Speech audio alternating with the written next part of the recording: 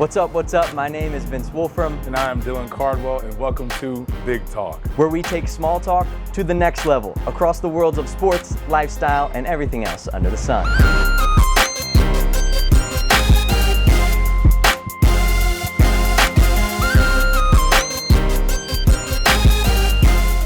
Let's go. Big Talk. We're here, finally. First of many. I know, a long time we've been working on this one, since the summer. Yeah. A lot of people have asked how we sort of got started, how we met. And I want to say it was what, a football game, or was it my show? It was Invincible, wasn't it? It was Invincible. Because I wanted to get a hooper, a real hooper on the show. Yeah. So I had to get the Jumbotron, man. Yeah, and it was a great episode. There was so much just in that episode, in that interview, that you had to cut, you know what I mean, to make it shorter. But we talked about 45 minutes to an hour, it was a long time. I had a blast, and it was the most natural interview I ever had in my life. And so I had the idea, I'm like, let's just keep the ball rolling and see what we can get. Yeah, that's what I remember. I remember it being the hardest video I think I ever had to edit, simply because there was, like, it's easy to edit a video when you've got some tougher stuff that maybe was like wasn't as engaging, or was this or was that. But with yours, it was like, how am I supposed to make a great show with 45 minutes of great stuff? I got to cut so much good out of this. It was great. But it made for a great episode. We had a blast. And then from there, I saw you football games, see you everywhere basically. I'm everywhere, man. Yeah, that's the name of the game there. Yeah. And then this summer we were talking about something media. I forget what it was exactly. And we brought up the idea, and we were like, shoot. Let's do it. Yeah, why not? And then had a couple lunch meetings over lunch over the last couple weeks, and really got the ball rolling with. The hardest part had to be coming up with a name. Yeah. That was very tough, because a lot of stuff is already taken. Yeah. It's just very hard to be, what's the word? It's hard authentic. It's hard to be authentic. And it's hard to innovate something that you think of on your own like that. Like it takes time. That's what I told you. We sat down and we were like, we got to think of a name. I was like, it's just going to come to us at some point. For sure. 10 different names that we had in mind. We were like, all right, we really got to choose between these three, these four. And then we worked the list down a little bit more, and then a little bit more, and came up with Big Talk, which I like. Yeah. I like Big Talk. I love Big Talk. It's smooth. Elevated small talk, baby. That's what we do. Hey, let's go. I know. So let's just jump sort of right into it. What's going on in the world, man? A lot is going on all in the world. Kinds of stuff. Lots going on in my world, y'all. Lots going on in Vince's world. You know, we're junior, senior. You know, I'm rounding third base, so just trying to live life to the fullest. Seriously. And the other day we were out on the concourse, and we were surprised by this big blue bus, the Hoop Bus. The Hoop Bus, one of one. If you guys have seen it, it's the bus that the NBA used in their commercial. I think it was Devin Booker, Donovan Mitchell. Michael B. Jordan was driving Michael B. Jordan, Yeah, they've had some hitters. That's a good driver, right? I'd take him as a bus driver, I think. I don't know if I would let him drive me. I may or may not let him drop me off at my house on weekdays. For sure, for sure. But yeah, no, that was cool. I had never seen anything really like that. I was just starstruck because, like, watching the NBA commercial and then seeing it all over House of Highlights, I'm like, dang, it'd be crazy if I was ever on a bus and then I'm just walking to class one day and there's the Hoop Bus. On you. I'm like, I was like very doubtful. I'm like, is this the real Hoop Bus? It's blue. Had to ask. Yeah, I had to ask. And they're like, this is the original Hoop Bus. And I'm like, well, shoot, let me get some buckets on it. So, you know, I eventually shot an insane trick shot. Gosh, we'll put it in right here. Over a tree. Over the tree in the middle of the concourse. And it bounced, and it was just the craziest trick shot I've ever tried, because, like, I'm not a trick shot kind of guy, but you're a paint guy. I get it. He's a dunker. He dunks, lobs. But no, it was cool because those guys, the bus driver, he was a hooper. That guy could ball. Yeah, Harlem Globetrotters, all those dudes, and they were just pulling like students going to class. They came totally normal, ready for class, and left in a sweat going to class. They left with ankles being broke, y'all. It was embarrassing. Exactly. Yeah, there was some that I was like, oh, I wish they had only played to one, but they played a little further than that. They got a little embarrassing. Yeah, there was a couple of those, but hey, they were covered, right? Plus, they got, free T-shirt, free chips, whatever it may be. Sign up for the app. That was cool. I didn't expect that. It was great. Yeah, for it to pull up on us like that. Right now, October, best time for baseball. Yeah. I know you're a Braves guy, aren't you? I'm not big on baseball. I grew up playing baseball, but baseball's, don't crucify me. Don't come for me now. But, like, baseball is fun to play. It's not fun to watch. Even with the pitch clock, though? Makes it shorter game? I went to a Braves game this week, this past summer.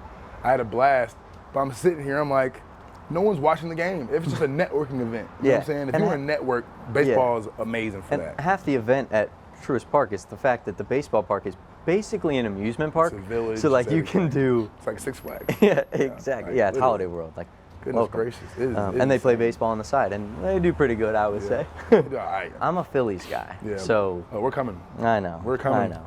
There's a lot of people that I'm going to stand off from this week and a half. Let them chop. I don't know baseball, but we're going to chop Let them it down. do the Braves chop, and the Phillies will chop on to the next round. So we'll just leave it at that. Okay, the slander is crazy right now. Yeah, baseball is going on. It's getting into the full swing of things. Yeah. Taylor Swift is in the full swing of things. Yeah, let's talk about Taylor Swift. Can we talk about that just a little bit? You know, So, I mean, if you guys were tuned in, Monday Night Football, Chiefs-Jets, it was the second game Taylor had shown up at the game to support her mans, Travis Kelce.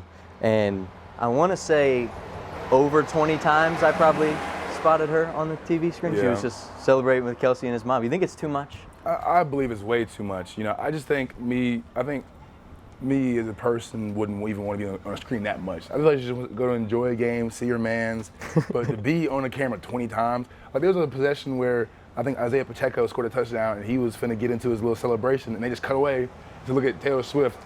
Yeah, I'm like, is that really what we want to see? Really necessary here. No. And I like the NFL put something in their bio, and they took it down within an hour because they were getting ripped for it. But I mean, like, you got to tell the story of the game. Yeah. I feel like what they're doing is they're trying to market it in a way. I mean, you see if it's you're the working. NFL, you milk it while you can. I mean, you see Kelsey's jersey sales go up 400%, like 40%. His like following pretty much quadrupled. Yeah. The dude, like, she's a cash cow. So I don't blame the NFL, me personally. Yeah. But to show her that many times, we get it. I get it. She's there. I get it after a score in the intro on your way out maybe, but I mean in between second and third down. If she's just sitting there eating her, ranch, talking to and Mrs. Kelce type of. Yeah, I think it's a little too much. Not anything against the Swifties. I know y'all come strong, so don't come for my head on this. But come for me, Swifties. I'm not a big Taylor Swift guy. I skip Taylor Swift night annually. Not a fan. I will go on the record and say I'm not a Taylor Swift fan. Not a Swiftie? I don't think so. I think I like one Taylor Swift song. It's like that Shake It Off or something. Yep. I mean, the NFL needs to shake off Taylor Swift. Like me personally, like I'm just not a Taylor Swift kind of guy. It happens. Do you have a female pop singer that you are? Adele. I don't know if she's pop though. Hello, it's me. Hey. Yes, sir. Adele, if you're out there, hey. Come join the podcast. Adele, if you're listening, Big Talk. You're more than welcome anytime. Yes. This is our pitch. My go-to karaoke song is "Someone Like You" by Adele. I know every word. We have 10 seconds before we get subject to copyright. Would you like to indulge? Never mind, I'll find someone like you. All right, and that's it. Yep. And that is why he's an Adele fan, not a Taylor Swift fan. I feel like she just speaks from the heart. She does. She's not making breakup songs because she can keep her mans. Exactly. And her man's make some. I don't think Taylor Swift can keep a man. Babe. So 2 weeks in a row, though. I'm not going to say 2 much weeks about keeping a man. 2 weeks. Much about her relationship, but let's just not publicize them all over the place. You know, let's. As long as Travis Kelce keeps doing his thing on the field, bring Tay all you want. Yeah, for real. There's that. What else? I mean, the NBA is getting back in swing. Preseason started this week. They're playing all over the world. Yeah. The Dallas Mavericks just played somebody in Abu Dhabi. Yeah, when you like to play there. Yeah, it was very nice. I was in Abu Dhabi this past summer watching Team USA play Walker Kessler, and that was just full circle moment for me because I'm like, well, they played the Timberwolves. And I was like, wow, I was just there. And I was there. They were saying the St. Regis. I stayed in St. Regis, so like, I had to set the stage for the NBA guys. Yeah. Talk a little bit about that, going over to Abu Dhabi and seeing like all the countries come together in the USA to compete, and your boy walked too. Yeah, it was nuts. I've always wanted to play in the Olympics, and then just being that kind of close to the Olympics, that was like the FIBA World Cup like pre-trials and stuff like that, and it was just nuts to see that many people come to one country and just watch basketball, and everyone was cheering for everybody. It's very, very engaging. Like, it was just insane just to watch. Like, basketball fans outside of the U.S. have a deeper appreciation for basketball than fans in the U.S. And it's just insane to look at their engagement from a different point of view. Yeah, for sure. And I feel like just the game itself, the play style, because ours is very like, 101. It's very star driven. Yeah. Your one guy's going to go get 40, 50, and your role guys are going to contribute. And when the USA puts together a team like they do with all of these 40-point guys, to see that team gel and play against other teams that play different styles. They play more together. They play a pass and cut. They play this, they play that. to see them play against each other is always interesting to me, and how we fare against them as well. Because obviously there's a lot of players that come in to the NBA, to the association from other countries. I think we see that now more than we ever have before. But it's interesting to just see how they mesh and how they play against each other. Yeah. Did you see that when you were over there too, just the different play styles? I did. You know, I feel like USA was kind of struggling to play that team ball aspect, whereas you have a team like Germany or a team like, you know, Switzerland or something like that. They're just dishing the ball. Yeah. It's just crazy. The ball movement, I was like, I've never seen this many passes. And then when I'm looking at the passes, I've never seen this many no-look flashy passes that are just on My point. type of passes. Yeah, something like that. Elbow like, pass guy. They're on target. And you're gonna wait for them? Oh, we got a commercial break. Blooper reel. Hey, you gotta hit the, what's the CJ Stroud, the squabble? I mean, who's coming over here? 5 minutes later. Yeah. All right. We're back. Back into it. FIBA basketball. Yeah. How was it to see Walker out there? It was great seeing Walker. And it was just like, we haven't seen each other maybe like since the April, May. He came down just to support us in basketball. But it was just great seeing him overseas because like neither of us expected it. I'm on the flight over, I'm like, hold on. USA basketball is here. So we went to the practice, and the main thing we talked about was the differentiation between American basketball and then the world basketball, because we played Israel last year on summer tour, and we both kind of saw the difference level in physicality. It's very physical playing overseas, and they don't cause many fouls, and they're real tough. They're not dirty, but they're very, very tough. Yeah. And hard-nosed, scrappy. Yeah, very scrappy. They'll body check you and everything. It's just like, it's a different level of play there. And as we kind of bonded over that, it's just like, dang, like, it's insane. And the crazy thing he told me was, I think playing for Team USA that this past summer was a 6-week commitment of not going back home. Wow. So they went from, I wouldn't have guessed that. Exactly. I wouldn't have guessed either. They went from, I think, Spain to Abu Dhabi, and then they finished in Manila. Wow. So it was just like, you're traveling for 6 weeks straight. You're like a rock star. You're on tour. Yeah. And that's what they were doing. Yeah. Basketball, and that's it. No family. If they want a family, they'd pay for them to come out themselves, which, you know. Probably isn't that big of a problem. Yeah. You know what I'm saying? Let's say they're in a good spot in that sense. But I mean, yeah, Walker, just his game has taken off since he's got to the league. I'm on the Walker train. Yep. I have told my roommates, fellow sports reporters, a guy his size with his skill set can be something in the NBA, and he's proved it in a year and a half. He got a different level of swag, man. That's all it is. He has a swag, and he found his confidence. And it's great to see my brother go off like that. You know, I love it. I love it for him. And you know, he keep blocking dunks. Yeah. He has, I don't know if I can say this, big cojones when it comes to jumping with anybody. Like, he will jump with anybody. Yeah. Like, with me, I know the way I see someone take off, I'm like, do I want to end up on ESPN? I don't think so. Probably not. Him? He doesn't give a rat's tail. He will jump and contest everything, and that's why I commend him about it. He is the most fearless defender I've ever met in my life. And that's why his block numbers are high. It makes sense. Yep. And he's always, I think he's in a perfect spot too in Utah. Small market. Yeah, after Rudy, after the trade with Rudy that got him there, I think he fits perfectly into that system. It's a system that's growing, and he's growing in it. So I think it's fan base just too. Just the perfect fit. Yeah, Utah, those fans they're strong. And I mean the western side of the United States is what's been balling lately. Denver, Utah, they're all around playoff teams. So since the NBA is starting back up, is there a team that you are excited to watch moving forward? A lot of deals, a lot of trades, especially lately. Damian Lillard, Drew Holiday shifting around. I'm not a fan of the Bucks, what they just did. You don't like it? I think, me personally, I think they got worse. You know, losing pieces. I believe that Drew Holiday, he was also this past year, right? Correct or no? Yeah. If not, he's still one of the best on-ball guards in the entire season. I believe he was an all-star this past year. So you lose an all-star for another all-star. But Drew Holiday was a very defensive-minded player, and he was one of the team leaders. Yeah. And you have that chemistry, like.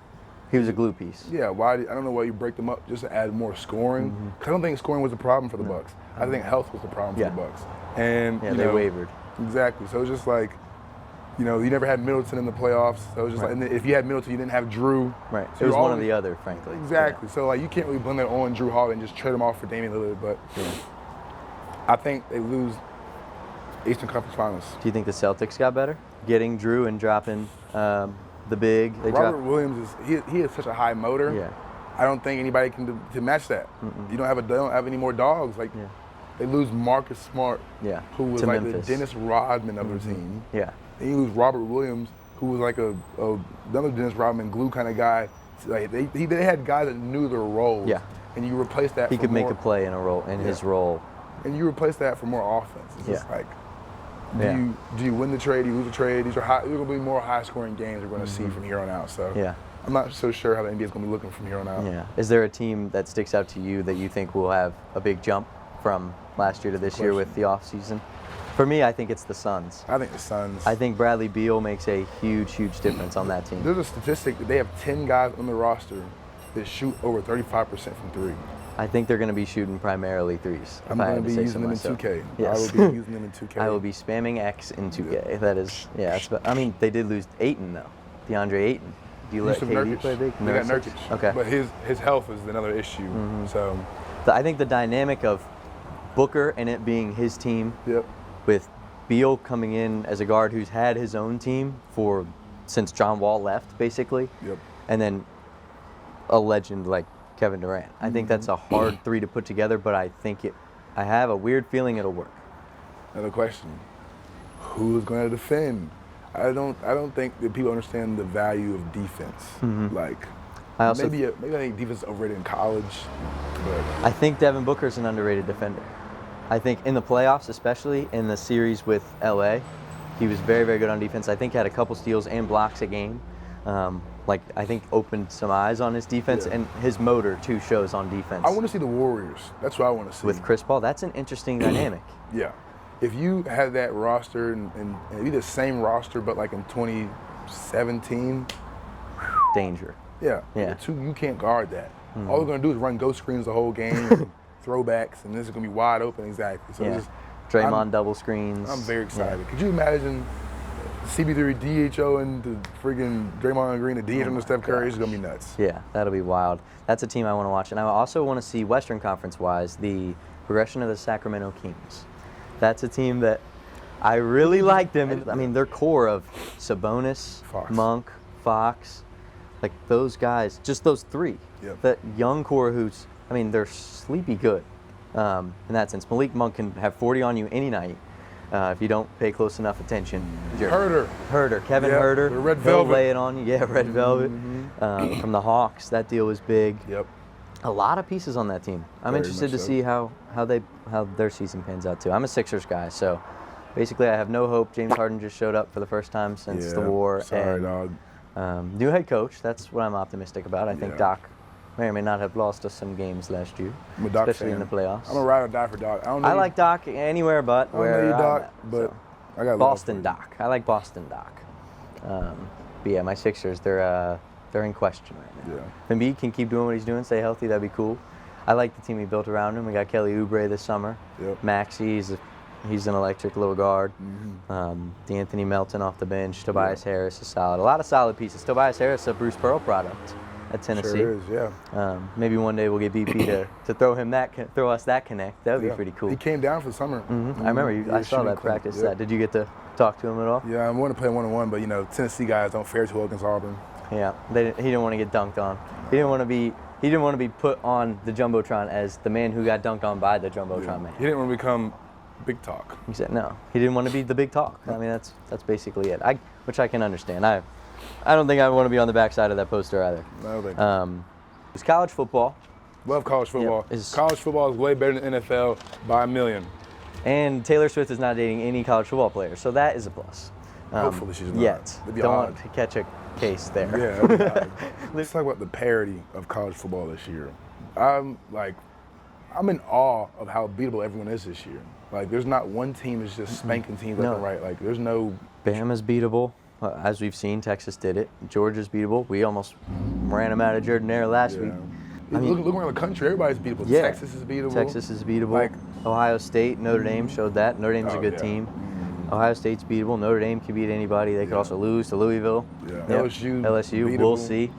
I'm going to the LSU game. We're going to beat them. Yeah, I'll be on the field for that one. I'm pumped. For me, as a college football fan, I'm all for hospitality. Like, why would I drive another team out of the, And that's something about Auburn that I think people realize when they get here is that it's very, You might be wearing a Bama shirt or a Georgia shirt. And honestly, we're going to treat you the same regardless. Yeah, because we love A joke Auburn. or two, maybe. Yeah, I'm going to throw But 1,000 we jokes. love Auburn, and that's But I the want truth. you to come back and have a good time. I want you Exactly. to always talk about Auburn. People are different. I don't want you Yeah. to come back and be like, man, those Auburn fans are awful. I'm never coming back. Because then we start to lose money. And that's the last thing, I would want for my university. And So, engagement. Exactly. Engagement, too, with the students. And one person, one interaction can change how you feel about a whole place. So one bad interaction could lead to Auburn is this, Auburn is that, and we don't want that. We both love Auburn. We know that. I want to know how the college game day kind of feels for, like, Colorado. Like, talk about a turnaround they had. Yeah. Like, going Oh, from my 1-11 and barely be able to sell out a single game to every game. Now You they have got Coach LeBron. Prime, baby. That's You what got- we do now. Yeah, he's bringing in LeBron. Yeah, he's bringing all these rappers and stuff. Yeah. The Rock. What's his name? Lil Wayne. Lil Wayne. Like, That was cool. I thought that was really, really cool. When he did the walkout, Yeah. like when he walked out with the team, I thought that was so cool. I love what he's doing for that program. Like, Same. I love Hugh Freeze to death. But it's like seeing Coach Prime do what he does, I wonder how that would affect Auburn. Like, Yeah, I think about that because when Auburn was looking for a coach, a lot of talk, I guess student-wise, was go get Deion, like go get him. Like he's primed for this. Like this is what he's made for. SEC, big school, a lot of rivalries, a lot of history. It's like what you want the big name coach like Deion to be put into. Whereas Hugh, like he's had his bump in the road, but he's also a guy we've known and has been documented that can win in the SEC. Yeah. And obviously I love the decision we made. Freeze. Yeah, and Love what it. he's been doing so far, recruiting, transfer portal, he ate it like breakfast. And he's so great for the community. Yeah, I agree. He was at Unite, which is a Christian event. Yeah. He watched one of those players get baptized, got in the water with him. yes, Not many college coaches, not many coaches in general are doing that. He's the player's coach. yes, I agree. And he's going to be one of the greatest things in this decade for Auburn University. I agree. Yeah, and Coach Prime, what he's doing just on the face of college football itself. He is insane. Yeah, but I mean, his team, his sons, Shador, he's doing it. Yeah, rollies up. I love that. That might be the outro. Put your rollies up for big talk. I mean, what he's doing, he's changing the game, and even like from our aspect, the athlete in media, like Travis Hunter, streaming on Twitch since he's out, watching the games, like.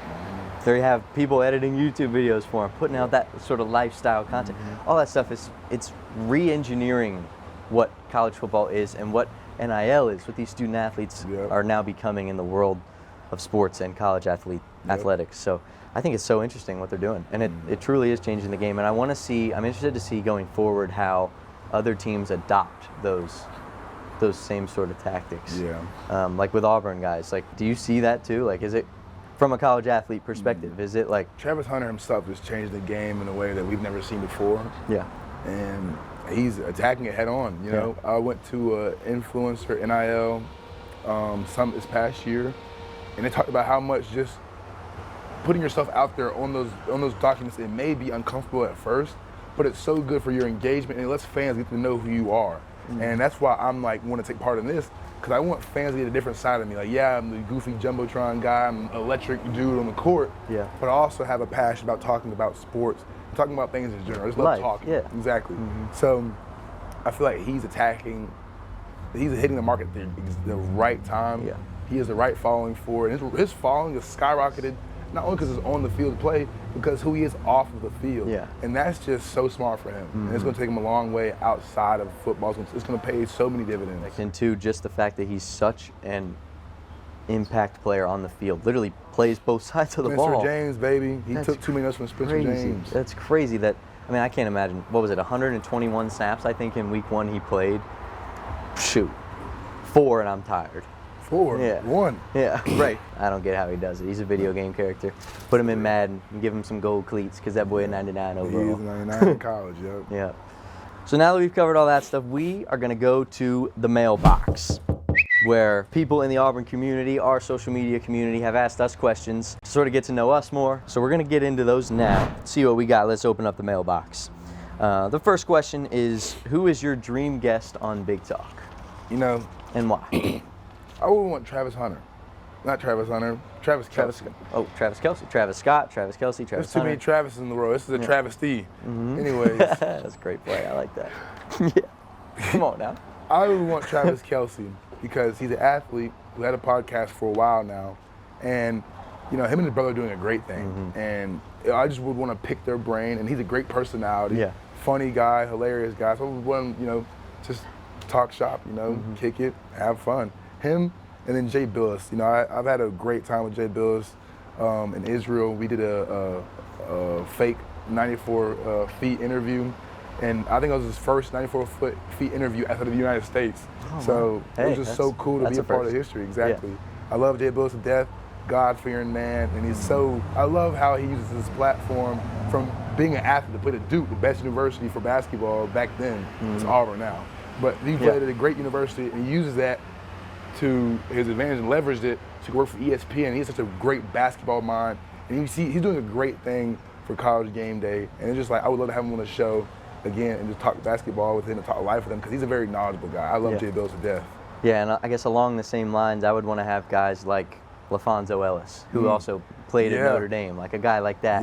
And he also has a son in college basketball. So he sees not only back in his day when he played through the NBA to now being a broadcaster, but he sees college basketball in the light that it is now. That would be an interesting one. Reese Davis, despite Alabama graduate, he is the GOAT. Reese, if you ever come on the show, you gotta wear When you come on the show. When you come on the show, Reese, we're gonna get you some orange and blue. Orange and blue. We're gonna get you one of those lick tattoos. It's gonna be War Eagle on your bicep, and that's pretty much it, dog. In the end, you'll just have to one of these. Yeah. So every time you flex, you get your strength from Auburn. Yes. Auburn is strength. But I'd say Reese, Fonz. Let's get the whole crew out here. From a media perspective too, somebody like Mike Greenberg or Stephen A. Smith, a guy like that. We would have a lot of fun with those two. I'd put Stephen A. Smith in the chokehold, man. I'd put him in the chokehold. That dude's so funny. He is. I'm a regular First Take watcher. I used to be on First Take for breakfast, lunch, and dinner. I'm a workout, eat breakfast, First Take. Throw it on the TV. You got to. Got to. It's a must. And then athlete-wise, I'd love to have guys that you've played with, Sharif Cooper, Jabari Smith, Walker. Have a guy like that on, and then expand our show that way through the association and hear all those guys' stories because everybody's come up is different, and that's really what we want to do is we want to hear how you got from your start to where you are now, and to discover that and to put those stories out, and especially for guys like we know that I've covered that you've played with. Those kind of connections, I think, would just be so cool to have on. It would. Auburn legends of those guys, Charles Barkley, Takeo Spikes, all those. Takeo, we got to get you on here, man. Yeah, we got to. I had him on Invincible. Check it out. Link in description. But I would love to have him on as well. So the Auburn legends, the pros, that's who we'd like to have on. Everybody Auburn, baby. Come on the show. Then my last and final question is, what should fans do, what should viewers do with this episode, with the clips we put out on our Instagram, which is also linked below? What should they do with it? Send us questions, like, subscribe, tell your mama, tell your boyfriend, tell somebody, tell anybody, tell everybody. Who's your daddy? You tell your daddy. Man, get us out there, get it out there, we're just here to just talk shop, big talk, and fans should like, subscribe, everything, share it and follow. If you see us on campus, give us a holler. We're gonna do some stuff on campus. We are. We're gonna try to get out there with an open mic and let the students do what they do. Hot mic, baby. The hot takes on the hot mic. So we're gonna get a little bit of that, mix up the content. Don't say something. Do not say anything too crazy. Yeah, don't get too wild on us now. It will get cut. This does have to be edited, so watch yourself. Big Talk episode 1. That's what we do. Episode 1, done, baby. Everything under the horizon has been covered, and we will see you guys with a very special guest next week. For Vince, for Dylan, this has been Big Talk. Peace.